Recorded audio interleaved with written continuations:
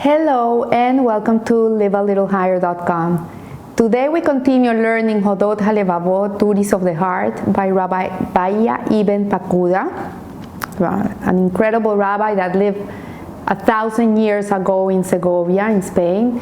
Until today we keep on learning his manual on bitachon, on how to be a person that lives with trust in God. And really, every time I think about it, I think it's incredible because this week, really, Haye Sarah, the parasha, talks about the life of Sarah, but in reality, the parasha talks about the death of Sarah. And this is exactly what it is. Like, imagine 1,000 years later, we're still learning the work of Rabbi Pakuda. We're still strengthening our emunah. And his words are so relevant 1,000 years ago, and they're relevant today. So when a person is able to leave such a legacy to the world, he never dies. He's still alive through us. Every time you behave in the way that he taught you to behave, in the way that he taught you to think, his neshama is shining through you. So I just wanted to make that point because it's so relevant in this week. So today we entered the fourth sphere regarding personal obligations, both obligations of the heart and obligations of action. So we have obligations that are internal, that are us with us, and then we have obligations that have to do with other people, with other things. So we see that there's examples of obligations of the heart would be like fasting and praying, doing the mitzvahs of sukkah, of lulav, of tzitzit. All these mitzvahs really, they don't have to do with anybody else. They have to do with you. And then the mitzvahs of the duties, as he calls them, obligations of action, have to do with honoring parents, giving tzedakah, in which there's an interaction with someone else. So in the insights of this book, which I love, which is called Refuas Halev, if you can get it, it's a very insightful book. Rabbi Rubinstein gives us insights that there's mitzvahs that affect only you, that is either benefit or harm. So mitzvahs can be split into two categories, as I said before. They are the hovos ha'evarim, obligations of action, and hovos ha'levavot, which are the obligations of the heart. And Rabbeinu Bahia, of course, entitled his masterpiece on faith in reference to the second category, which is the hodot ha'levavot, which are the ones that we carry inside of ourselves, because really emunah and bitachon really is something personal. Your relationship with God is very personal. It has nothing to do with anybody else. It's you and Him. So he discussed earlier how religious Jews and even those believed to be tzaddikim may only be playing a part and putting on a show, but inside in their hearts they are very different. Like, you can see a person from the outside and he can seem like the most incredible person, and inside he has a complete battle inside, and he's not what he projects. Like in the Tanya, the Alter Rebbe, he gives an example of the Benoni. The Benoni is the intermediate, is a person who we should come to achieve to become, and that's a person that has a bad urges, bad midot, but his actions are like the actions of a tzaddik. Like inside he has a complete battle. Like he goes into, they ask him for tzedakah, and inside he feels like, oh, how am I gonna give this tzedakah? I need money for my food. I don't have enough money, or whatever. He has all these fight inside of him, this internal fight. But at the end of the day, he takes out a bill and he gives the tzedakah. So in his behavior, he behaves like a tzaddik. But inside, internally, a person cannot know what's going inside of this person. You cannot know what he's thinking, what he's feeling. The only thing you can see is how he behaves. So in here, Rabbi Pakuda is telling us that you see a lot of religious people that in the outside they would look like this religious person, but in the inside, you don't know what struggles they have. You don't know if if they really live up to what they look like. So people see the outside, but Hashem really sees the inside. He sees the heart. And the purpose of this work then is to root the Torah's idea in people's hearts. So the idea is that you think, you feel, and you act in one line. Not that you're thinking one thing, you're feeling another, and you're acting in another way. No, the idea is that what you do is what you feel. And that you learn to feel the right things, that your heart is in the right place, because it's important to align the heart to feel what is correct. You know, everything starts in the head. You're gonna feel what you're thinking. So if you're thinking not such good things, your heart is gonna be feeling not such good things. So everything starts here. The way you learn, you behave, you learn what's right, what's wrong, and you think in a clear way, because today people are not clear, people have it all wrong. I'm sorry. This generation with the values are all upside down, and they can like come to make it seem right in the way they speak, but at the end of the day, the thought process is not a right thought process. So the heart won't feel the right thing, and at the end, the action won't be a good action, because it's gonna come out. Eventually, it's gonna come out. How much can you hide it? So here, with regard to the fourth sphere related to bitachon, to trust in Hashem, Rabbeinu Bahia is discussing havot halevavot and havot haevarim, where the mitzvot affect you alone and you do not require others to fulfill them. So he follows this with a discussion of mitzvot that require other people to be able to fulfill them, such as giving charity and teaching Torah. And the obvious problem is that the examples he cites in the fourth category spill over into the definition of those in the fifth. Performing all of them can have an effect on others. So if you're a person, for example, I remember many years ago, I used to have a beautiful house with a beautiful garden, and I used to have a beautiful sukkah for Sukkot, and I used to host 50 people every meal. This was the good old days. And one day we had this couple that was living in our community. We invited them with their children. And I had another two families, Russian families, that are frum, that they live a frum life. And I told them, I need you to really inspire this man.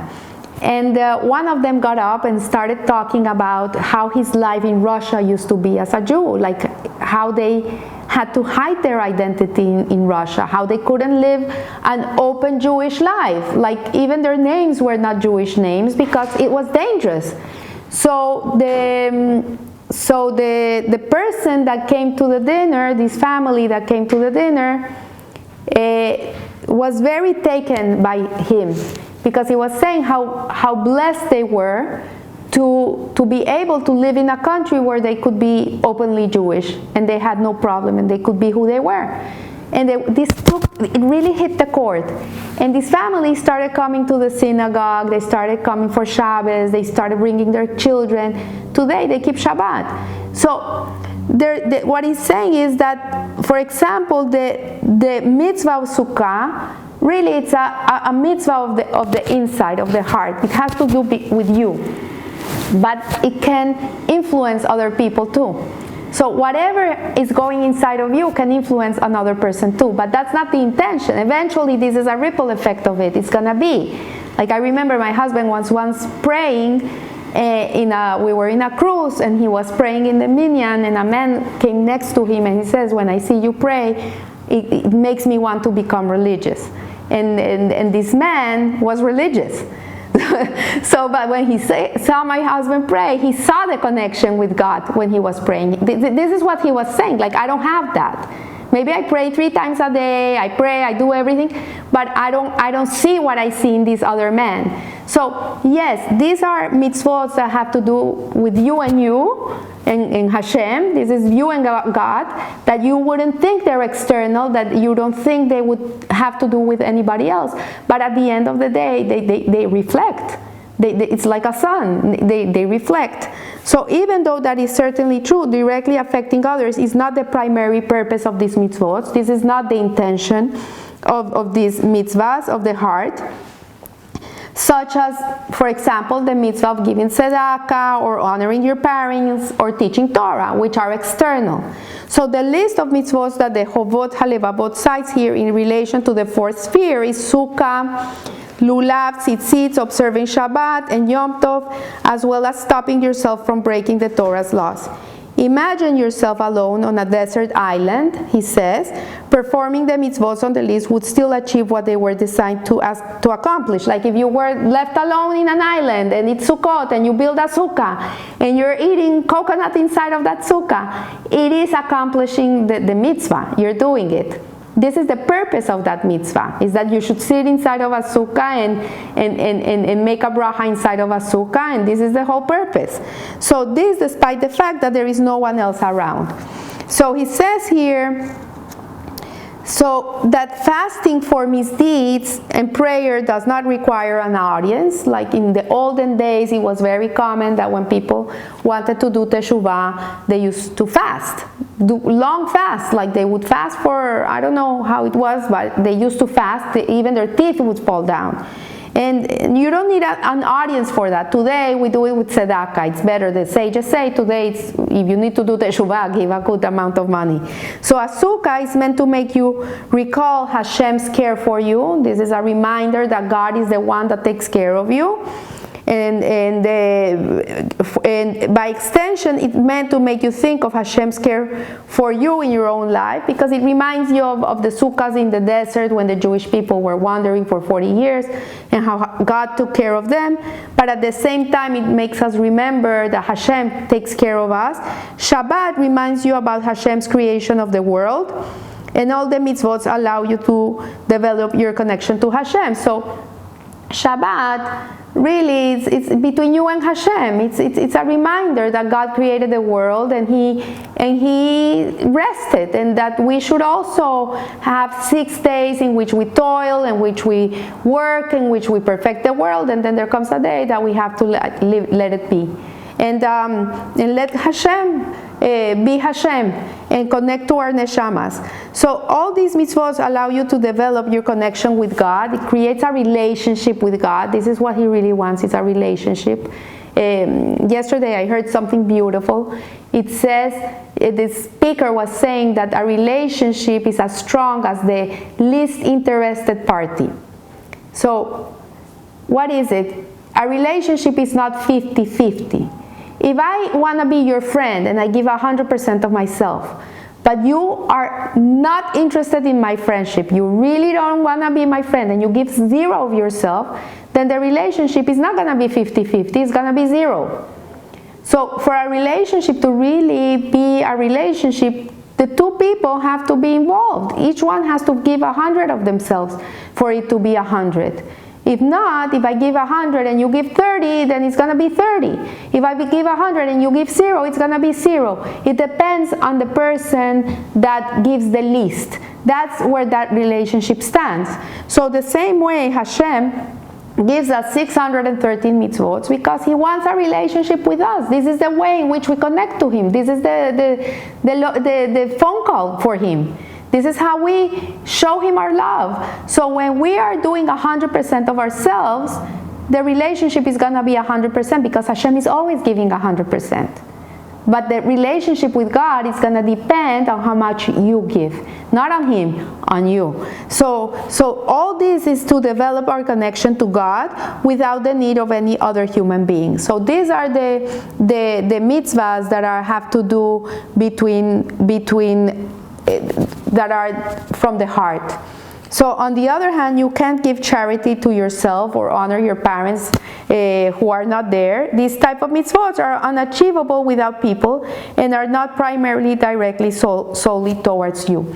They're towards other people. So though in truth, ultimately, everything we do has an effect on others, perfection of mitzvot that are chovot halevavot, that are from the heart, obligations of the heart, produce an entirely different kind of human being, A true Baal Bitachon, as we discussed in chapter 3, is inevitably an inspiration to others. So a person who's given 100 of himself to God, he is going to inspire other people. Even if he's working on his relationship with Hashem, it has nothing to do with anybody else.